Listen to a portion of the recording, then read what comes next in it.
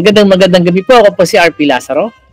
At ito na naman po ang palikerong tapat, babaerong banal, kristyanong manyakis ang hindi humihindot na walang pahintulot, ang komentaristang kupal, ang pantas na talipandas, ka Dennis Reyes. Magandang gabi po. At yan, ito na naman ho tayo para sa isang more or less kalahating oras ng talakayan. At ang pag-uusapan ho natin ngayon, related dun sa huling hearing ni Senator Tolentino na nagpakita pa siya ng cheque. Ito ay yung sinasabi nilang pakikialam ng China sa ating eleksyon. So, basically, matagal na namin sinabi yan na nagpakita na kami ng nagpakita na kami ng mga preba na pinirmahan, no? Litrato, preba. Ipapakita natin uli ngayon. Oh. Diba? Ito yung Memorandum of Understanding. Ito yung may pirma si Coco Pimentel. Yan naman ay na-establish na natin. May preba tayo. At ito rin, yung litrato nung pinipirmahan nila. Yung same Memorandum of Understanding niyan. At ayun, nasa likod pa, yung dalawang demonyo. Si Rodrigo at si Alcusi. Diba? Oo. So, tangina, kulang na lang dyan sa 30 tanginang yan. Bayong. Doon pa namin sinasabi. Kami rin ang unang nagsabi. Diba? Remember na dinare namin na umamin si Martin Andara na nagpadala siya ng 30 vloggers sa China. Na inamin ni Trixie na nag-training sila. Training sila sa China. Yan naman na hindi naman nila itinanggi. At syempre, diba? And pansin nyo nila sa mga hearings ng PODCOM dati, ang ginagamit nila ng salita palagi, South China Sea. They don't call it West Philippine Sea. Yun nasa batas natin eh. Ito ay West Philippine Sea. No? Itong South China Sea, itong 9-dash line na sinasabi, nag-umpisa, just to give you a little bit of nag-umpisa to, was first inscribed on a Chinese map in 1947 na sinabi ng Permanent Court of Arbitration in The Hague na wala itong legal basis for maritime claims. Hindi siya tama, hindi nila mapapatunayan kung ito ba'y totoo o hindi totoo. Kahit sila mismo magulo. So, magulo sila dito pagdating dito. So, what's really just happening is, ito na opinion ko na to. Pinaghahandaan nila. Sabi nga kasi na pabalitang they're planning to invade Taiwan by 2028, no? Balak daw nila. So, hindi malayong nagpe-prepare na sila. Kasi, alam mo yung mga maliliit na area na yun na sinakop nila from the Spratly Group of Islands are airstrips now. They're military. Yeah. And they're interfering in our elections. Yes. Kasi gusto lang bumalik ang mga Duterte. Yes. Kasi remember, nung panahon ng Duterte, putangina, Duterte give them free access sa West Philippine Sea. Di ba pinatigil ang mga ang mga patrolya? Kung sa ang arbitral ruling, tinawag na piece of paper, talagang mga traidor sa bayan yung mga putang inang yan. Mm-hmm. And yun ang gusto nila. Kaya pansinin nyo, ang indicator dyan is pagka ang West Philippine Sea tinawag na figment of Filipino imagination. Tulad ni Marcoleta. Or usually, ang tawag nila dyan, they don't call it West Philippine Sea. Tinatawag lang South China Sea. Because that is a condition of their employment. Bayad sa Chinese embassy ang mga hayop na yan.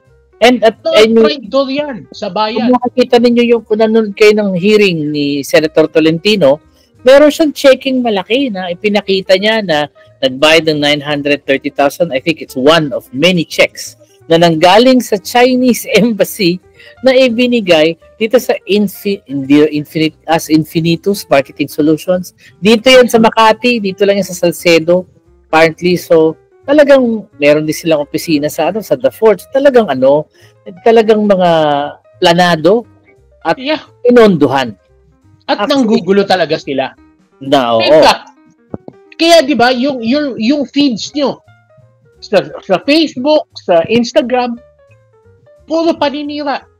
Totoo 'yan. Puro pinalalabas nagkakagulo sa Pilipinas kahit wala. Kahit walang gulo, kampante tayo, temig tayo, pinilalabas nila, magulo. Asan yung gulo? Mm-hmm. Yung mga bagay na ordinaryong holdapan, pinalalaki, pinalalabas. 'Di ba? Oo. I mean, actually, yung ano na yan, yung sinabi na yan ng ating pamahalaan, ano, itinanggi na ng Chinese Embassy at ang sabi nila, natural. Bakit daw nila gagawin yun at wala daw silang motibo para gawin yun. Ano wala? Gago ba sila? Sinong gago maniniwalang wala silang motibo? 'Di ba? Oo. Ay noon pa sila ng gugulo rito eh. Panahon pa ni Rodrigo. Bago pa si Rodrigo, nanggugulo na sila. Nagkahulihan lang noong panahon ni Rodrigo dahil nagalit ng taong bayan. Oo. At kasi abusado na. There's another survey called the WR Numero ang nagbigay ng survey na ang nagsasabi ay galit daw ang mga tao. It's a non-partisan public opinion research firm based in Pasig. Na 61 Filipinos agree, 61% of the Filipinos daw agree that former President Duterte should be arrested. So iba na naman tong okay, survey, no? Yung mga surveys na yun, there should be a law or at least the media should do their due diligence by requiring yung actual study ng survey na inirelease. Ano yung push questions? Sino-sino yung respondents? Saan kinuha yung sampling ng respondents? Paano sila dinicide yung sampling? I mean, it may be technical, pero simple lang na maintindihan yan eh. I mean, statistics ang course, economics ang course ko sa college, so kinuha namin yung statistics, so it's pretty simple eh. And none of those survey firms have ever released yung full study. Full scrutiny. They just released the results. Ganun lang, resulta lang. Ay dapat ipakita nila yung actual study. It should, bago maglalabas ka ng resulta, parang parang thesis yan eh. Bakit? Pagka nag-present ka ba sa thesis, resulta lang? Oo, syempre. Hindi. Yung buong study ang pinapakita mo. Paano ka? Kasi kailangan pati yung premise mo. Yes. Pati yung hypothesis mo. Anong fino-form mong hypothesis? Ano ang mga push questions mo? Saan ka nag-survey? Saan ka nag-survey? Saan ang sampling mo? Oo. Diba? How did you choose yung respondents? Survey mo, respondents. Ano yung profile ng respondents mo? How did you ensure random sampling? Kung random sampling ang gusto mo. So, yan. Diba? Ano ang parameters of these things ng respondents mo? And all of those are very important. Yeah, they bring the survey to question kasi. Sa totoo lang, labas lang ng labas yan, kunwari lang yan. Like, I mean, hindi, totoo. Within 1 month, si Bato, from number 13, magiging number 3. Daw naniwala doon. Alam ng tao, si Bongo, magna-number 1, simply because sinabi niyang walang tsinelas si Tatay Digong. Diba? Si Sara, 51% ang approval rating. 59 daw. 59. Anong ina-approve sa kanya? Putang ina, wala naman siyang accomplishment. Wala nga. Wala. Nakakaw ang pinagagawa niya. Nakakaw lang ang ginawa. Sa totoo lang. Hindi pa siya nakakapag-liquidate. Lumalabas yung mga bagong pangalan. Mga inventong pangalan. Ay, di ba? So, saan ang galing yung mga numerong yan?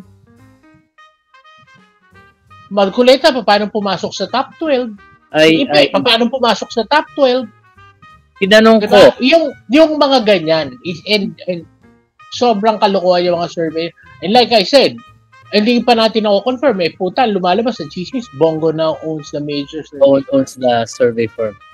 Well, I asked a government official working for the DFA. Tinanong ko, sabi ko, eto na yung anong statement nyo dito? Wala kayong statement. Sabi niya, teka muna ha, just to be sure I read it correctly.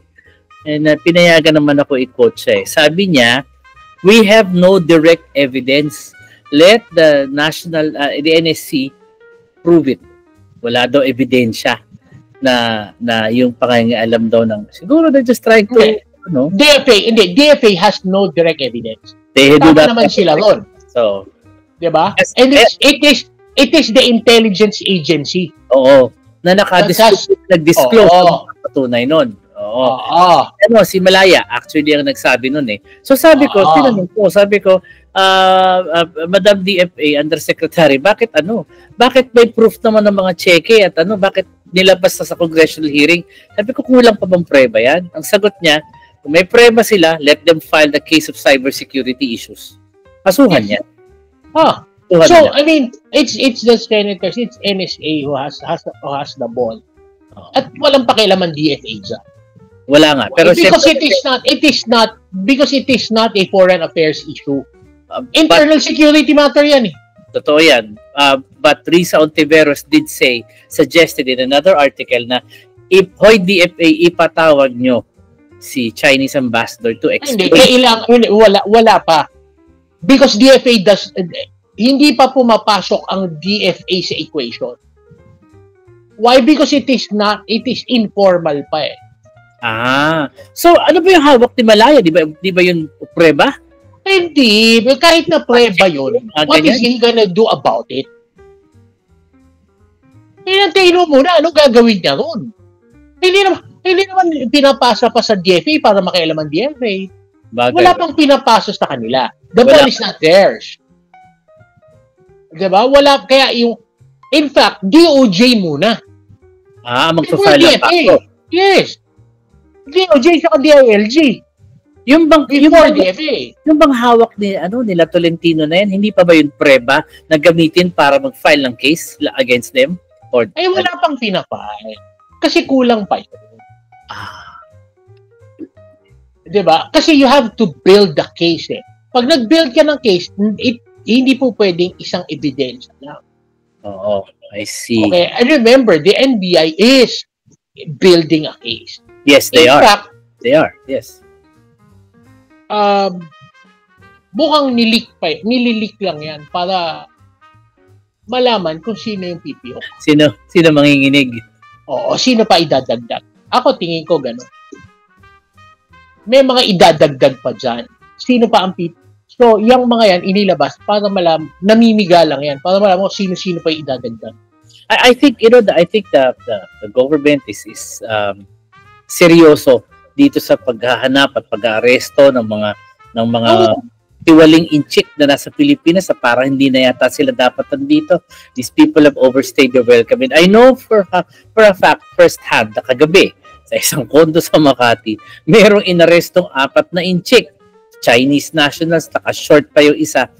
Hindi mo lang magsalita yung mga gwads. Ano nangyayari? Wala ho. Sabi niya gano'n. Ano lang ho yan? Overstaying ko ng mga hindi kasi binibigay ng hindi binibigay ng gwardiya kung ano nangyari. But syempre I had my suspicions na baka nagkakadamputan pa yan. Nagkakadamputan nagkakadamputan yan. Yan, alam natin ang sinasabi nga kasunod na yung mga vloggers. Kasunod na sila. Alam nila yun. And they're aware. Sinabihan din sila eh. Ang inaantay ko yung mga big fish. Malapit na eh. When you say big fish, sino ba nasa isip mo? Gaano kalaki isda ang nasa isip mo? Yung mga pinakamalalaki, yung anak, yung alala, yung si pebbles, yun ang mga big fish. Ay, yung mga damputan nun. Yung mga hindi aabot ng election natin. Ako sa tingin ko, natatakot kasi ako, baka manalo pa yan eh. Ay, hindi mananalo yan. Hindi mananalo yan. Saan sila kung boto? Ay, yung survey po mga peke. Kasi in-explain ko sa'yo, ganito yan yun. Ang election yan, bababa sa local. Will be down to the local. I mean, ganito. Ikaw yung mayor, ikaw yung governor, tatawag lang sa'yo. May meeting kayo palagi. Meron kayong regional development council di ba? Usap yan, syempre. Sa Regional Development Council, sasabihan ka lang. Pagka yung mga kandidato ni Presidente, Natalo sa munisipyo mo. 3 taong kang zero. Diba? Nangyayari talaga yan, ha? Tandaan mo, 3 taong pang presidente si BBM. Oo, hanggang 2028 pa, di pa tapos ang laban. No? Midterm lang ho ito.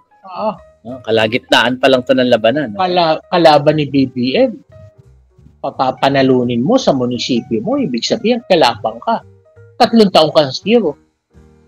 Teka muna, sadali lang, maisingit ko lang. Speaking of kalaban, anong ginagawa ni Isko Moreno na nagpapa-endorse kay Sara?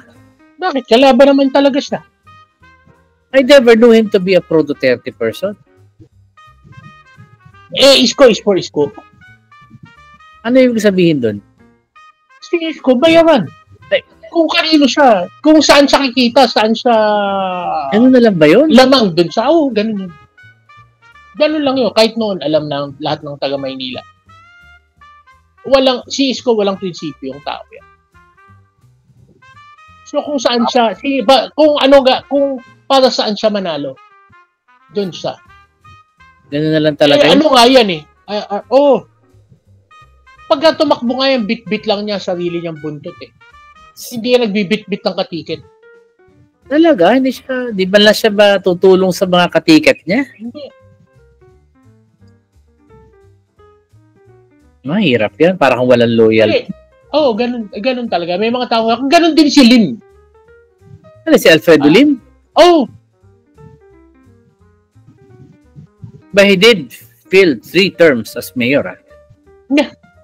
Kaya nung second run niya, pero 1 term lang siya. Naka 1 term lang ba siya? Kasi kung wala kang pakisama sa mundo ng politika, hindi ka tatagal. Yep. 1 term siya, tinalo siya ni Erap.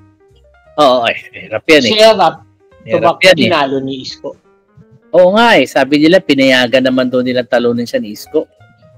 Tapos si Isko umatras. Ngayon, baka tatalunin si Isko.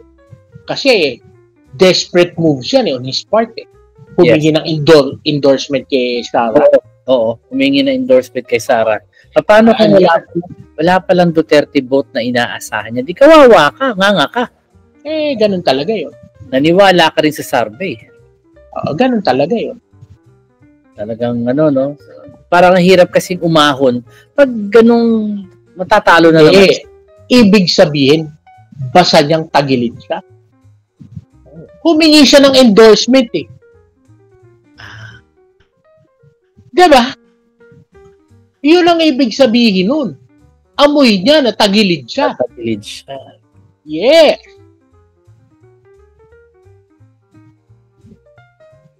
Interesting. Akala ko talaga malakas siya sa Maynila Akala ko mahal siya ng mga tiga Maynila really sabihin, malakas si Hani. Incumbent yan, dapat lang siya lumakas. Oo. Ikaw nakaupo. Jesus Mario. Diba? Although Hani gets bad press, the fact na si Isko humingi ng endorsement sa kalaban, si Hani kasi admin Ibig sabihin, tagilid si Isko, malakas si Hani. Yun ang ibig sabihin nun. Walang pag-asa si Sam Versosa. Non-entity na si Sam Versosa at this point. Sa ganyan usapan. Ako sa akin Bakit? Dahil hiningan siya ng show cause order? Hindi. Yun, it's City Hall. Okay? Yun ang ibig sabihin nun na mahirap kalaban ng City Hall. Kasi nagagawa ka ng kaso. Nagawan ka ng kaso. Oo. Hindi, pero hindi. Kasi yung kay Sam, hanggang ngayon wala pa rin siyang organisasyon. Ibig sabihin, walang manunundo ng botante niya. Wala siyang people wala siyang people on the ground. Ibig sabihin, kung wala siyang leader na gano'n, ibig sabihin, wala rin siyang poll watcher. Wala. Nga. Because at the end of the day, ang poll watching kailangan organisasyon. Oo, organisasyon. Yan ang magdadala sa'yo Yan ang manunundo ng botante mo. Tulad nga na sinabi mo dati. Yan din ang mag-aabot ng pera sa'yo. Actually, nag-iintayan na ngayon. Tayan na ngayon. Kung wala kang organisasyon, medyo I'm in doubt. Tinanong ko isang office mate ko sa isang, I shall not mention the city. Sabi ko, nabigyan na ba kayo? Sabi niya, waiting pa kami. Ano yan? Mga inaasahan namin yan, mga bisperas ng eleksyon niya, nabigayan. Mga gano'n. Bisperas, pati hindi pa ibigay na maaga. Tangina, pagka binigay na maaga, di puta, pwede kang i-outbid. Pag maaga mo binigay, maaga kang makakalimutan. Kalimutan. Oo nga naman, maaga ka makakalimutan. Ubus na eh. Tsaka pwedeng mag-out of town yan, araw ng election. Election, Kasi namamasyal, may pera na sila. Oo. Oo nga, mahirap yan. Oo. Interesting. But what's also interesting is how China is really sa tingin mo ba, ako kasi ang teorya ko ito all of this pussyfooting, all of this passive aggressive attacks here and there, sundot, atras. Do you think this is all in preparation for the invasion of Taiwan? Yes. War of attrition yan. I was hoping you'd say no, pero parang gano'n na nga no? Hindi, ang problem ng China kasi, tagilid ang economy nila. Sabi nila, it will not hurt them daw. Yung tariffs ni Trump, hindi raw sila tatamaan nun. Sabi nilang ganun. It is not the tariff. Even before Trump, tagilid na yung economy nila. Talaga? Spending so much money on these artificial islands and all of that.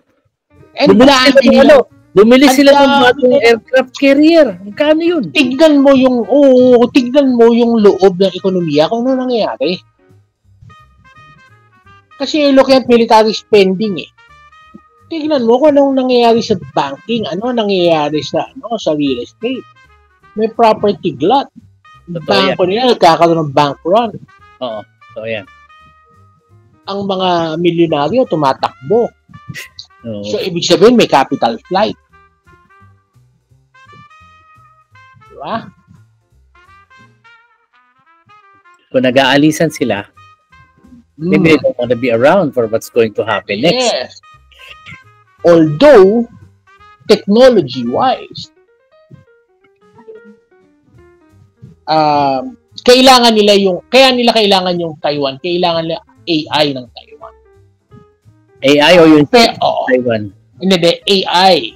Pero, meron silang bagong microchip. Nakalimutan ko, pero meron silang bagong microchip. That possibly can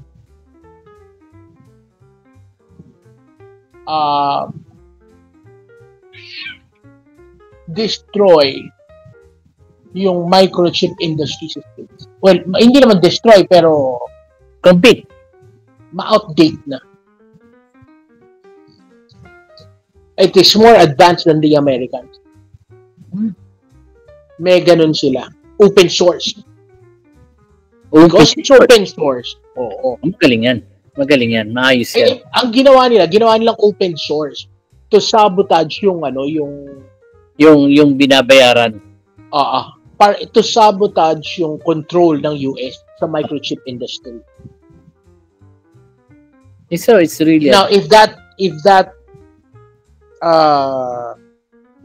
takes off, suddenly yung leadership ng US sa microchip is threatened.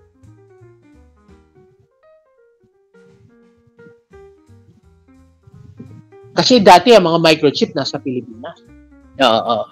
Tinransfer nila sa China. Baguio, they were having these, some in Laguna. Mula Alabang. Oo. Meron mula Sukat all the way to Laguna. Dati Baguio, I forgot the name. Kasi alam mo kung bakit? Kasi pinakamagandang motherboard sa chip gawa sa Pilipinas. Nata de Coco. I heard about that. Yun daw ginagamit ng panggawa ng mga microchip tsaka motherboard kasi ang gandang siya. It is non-conductive and it's heat resistant, it's durable, and it's cheap.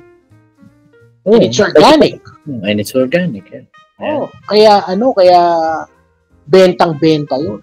Kaso, ang mahal ng energy sa Pilipinas, yan ang ginawa ng mga ng monopoly ng electricity. Kaya nag-alisan yan eh. Because it's cheaper in China. Kahit na hindi sila magkaintindihan, it's cheaper because mura kuryente ron. Speaking of kuryente, no, maiba lang ako saglit. There's a lot of talk about the possible entry of nuclear power in the Philippines, and it's about time. BBM daw is in talks with the US and I think France to have this modular nuclear plant, which means smaller nuclear plants enough to power a city. Parang maliliit kasi sa isang malaking huge syempre the Bataan nuclear power plant is already out of the question. Wala silang balak buksan yan. Hindi nila kailangan na maraming maliliit. Because it's now safe. Maraming maliliit safe yun eh. Totoo. Yan ang sinabi nila. And I heard in the news, I also saw, that Meralco is also fiddling with that idea.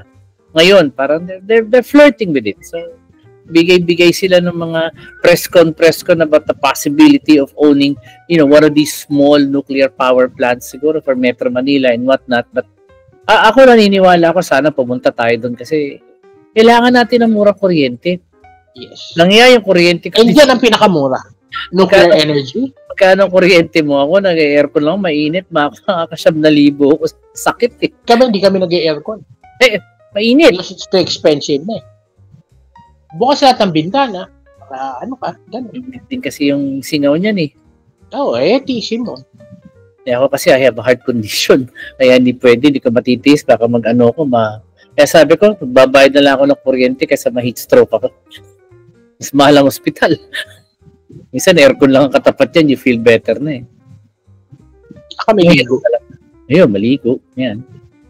Pero ito namang heat na to, sobrang heat index na to, baka lumipas din, pero grabe init. Well, of course, lilipas. Kasi, galing ako sa labas, sobra init. Grabe. Sobra init sa labas. It's almost unbearable. Well, ayun, pero balik tayo dun sa actually ako, I'm calling for people to fight that yung China's election interference. We have to fight that election interference.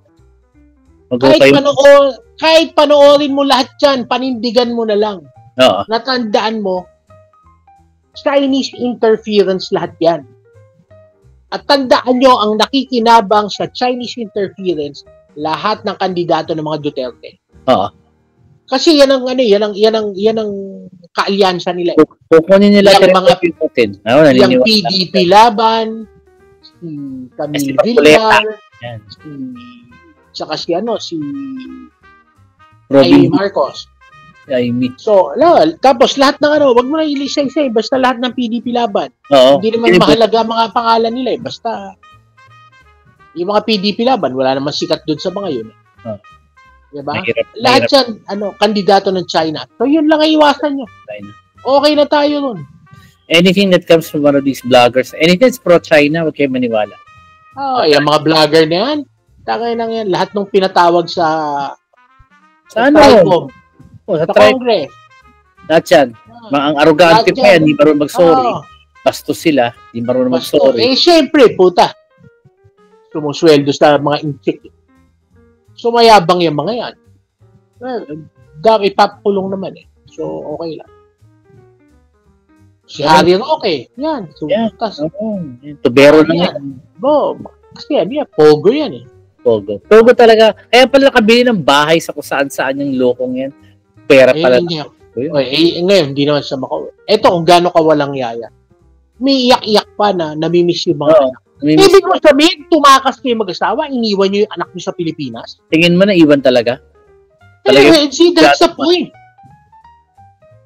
Putang yun nakakagulat doon kasi iniiyakan niya, hindi daw niya nakikita yung anak niya. Umalis sila ng Pilipinas. So, ibig sabihin, iniwan nila rito yung anak nila? I didn't even know he had kids. Diba?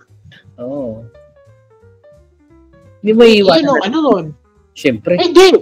Kung totoo yung sinasabi niya, ibig sabihin, Di ba? Walang kwentang tao lalo yan. Diba, iniwan yung anak mo? Tangina, yung ibang tao, matinong tao, magpapakulong. Masalba lang anak. Putang ina ito, nilaglag yung anak, iniwan. Putang ina.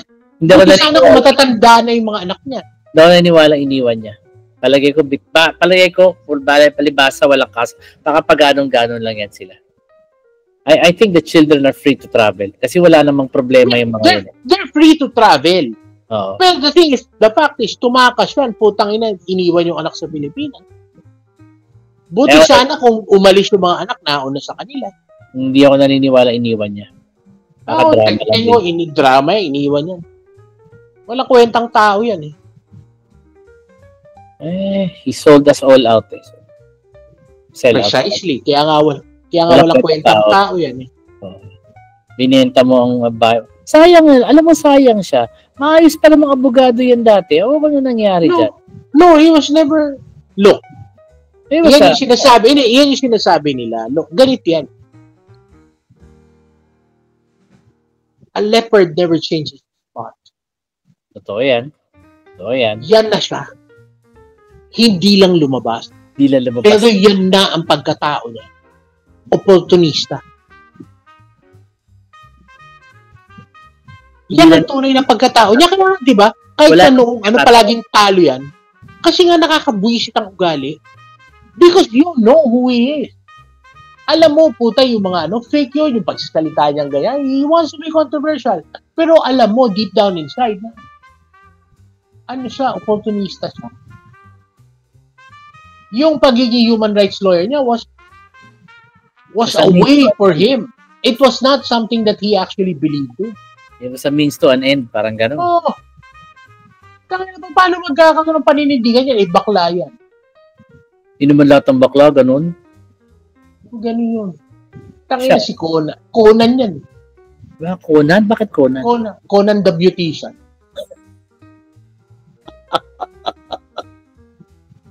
Hala ko, Conan the Plumber. Diba? Naku, mahirap yan. Well, basta yung mga bali-balitang mga alam naman ninyo nang galing sa mga vlogger na nakasuhan na, wag niyo kayo maniwala. Kasi obvious naman na. Just ignore. Ignore them. And read the papers. Please read the newspapers. Kasi even the papers, ignore them. Putang ina, basta tandaan nyo. Yun na yun. Basta kandidato ng mga Duterte. Ay, well, that's for sure. Ibebenta tayo yan. Mga makapili yan. Puta, ibebenta tayo sa inchik yan. Buti nga, natapos na yung termino ni Duterte. Na kahit paano napigilan Malay, isipin mo kung hindi, Tapos, talala mo yung joke ni Sara, palitan do yung opisina niya ng Office of the President. Wawa naman ng Pilipinas. Diyos ko, day. Pag sila may sayad dyan may kililing yan Diba? Malakas. At ayan, doon mo makikita sa mga pronouncement niya. May tililing. May tililing talaga. Totoo yan. May maluwag talaga tornilyo. Maluwag ang tornilyo. Hindi para minsan iniisip ko, ito ba mga planadong sundot o talagang maluwag lang talaga? Parang maluwag lang talaga Maluwag talaga. Walang unhinged. Sabi ko dati. Unhinged. Good day. There is no sense of right or wrong. There is no sense of propriety. Diba? Nalala mo nangangampa dyan yung tatay niya bigyan at the time of her father's para campaign. Sabi niya, ako din ni-rape. No, diba? It's weird to say that in your father's running. So, okay. Ano yun? Social experiment? O talaga buwang unhinged. Buwang lang yun. Buwang lang talaga. Sayang, ang ganda pa naman babae. Talino naman kahit paano, kaya lang talagang maluwag. Hindi matalino. Hindi ba matalino? Sabi nga ng mga tao, paano naging abogado ba't ganyan magsalita? Siyempre, you'd expect a little bit more from a lawyer, medyo strategic mag-isip. She never practiced. Still, I mean, how can you throw that away? All those years of law school, nag-aral ka, dahil mo binasa, dami mong pinag-aralan. Actually, law school and passing the bar, ang sabi nila, is only the beginning. Pumasa ka lang ng elementary, hindi ka pa nag-high school. High school. Hindi ka pa nagka-college. Yun daw yun. Yung law school, para ka lang daw nag-elementary. Pumasok ka pala sa bar. Oo. Hindi naman siya nakapag-practice. So, ibig sabihin, hindi siya nakapag-high school. But she did become mayor, so. Okay. Ano accomplishment niya? Okay. Tokhang. Tama ka doon. Tama ka sa Tokhang. Ano ba accomplishment nila as mayor? Bakit? Meron bang university sa Davao? Meron ba medical center ng Davao? May sports complex ba Davao? Wala.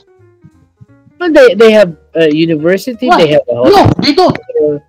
No. Walang city college ng Davao. Walang city university. Wala ba? Wala. Walang city-owned medical center ng Davao. So the University of Mindanao is not there. Lahat yan private enterprise. Oo. Walang government service sa Davao. Yung katulad ng meron ng ibang Makati not even Makati. Ay, Pasig meron. Sultan Kudarat na lang. Sultan Kudarat has their own sports complex. They have great medical facilities. Libre lahat. Kahit cancer ang sakit mo, libre lahat. Oh. May City College ng Sultan Kudarat. Sila, ang Davao. Wala. Take syudad sila. Tandaan mo yan ang malupit. Walang City College, walang City Hospital, walang kahit na anong proyekto ang City College. Kaya doon mo makikita walang accomplishment ang mga Duterte. Ilang taon na? After ilang taon na, 4 decades. Kada. Wala silang naipatayo na isa. Sana naman si Nograles will make a difference. Sana.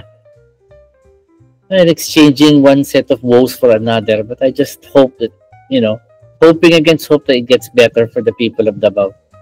No, they deserve it. Sana bumuti buhay nila doon.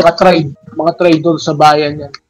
They just don't know any better. They deserve what they get. Ganun kasimple yun. They don't know any better. Pag yan naman precisely. Because they don't know any better, they don't deserve to get any better. They have to decide to change. Mauuntog din yan one of these days. Mauuntog yan. Hindi nga nila na-realize na wala silang city college. Wala silang city medical center. Like I said, lahat na meron sila privately owned. They don't know any better. Precisely the point. That's why they don't deserve anything better. Mauntog yan. Lapit na. Nakikita na nila ngayon ang mga nangyayari. Mauntog yan. God willing. Anyway, tapos ang ating kalahating oras at ito ay medyo another good, it's another good discussion. Ayan, kung meron kayong katanungan, meron tayo info@politicanto.org. Meron tayo email. So, meron din tayong Facebook. So, punta rin kayo sa Facebook page natin. And, ayan. At maraming salamat po ulit sa pakikinig. Ako po si RP Lazaro. At ito naman po ang komentaristang kupal, ka Dennis Reyes, nagpapaalam, Babalos. Thank you. Okay. Ayun. Recorded isingit, na. Isingit mo yung mga yung memorandum of understanding.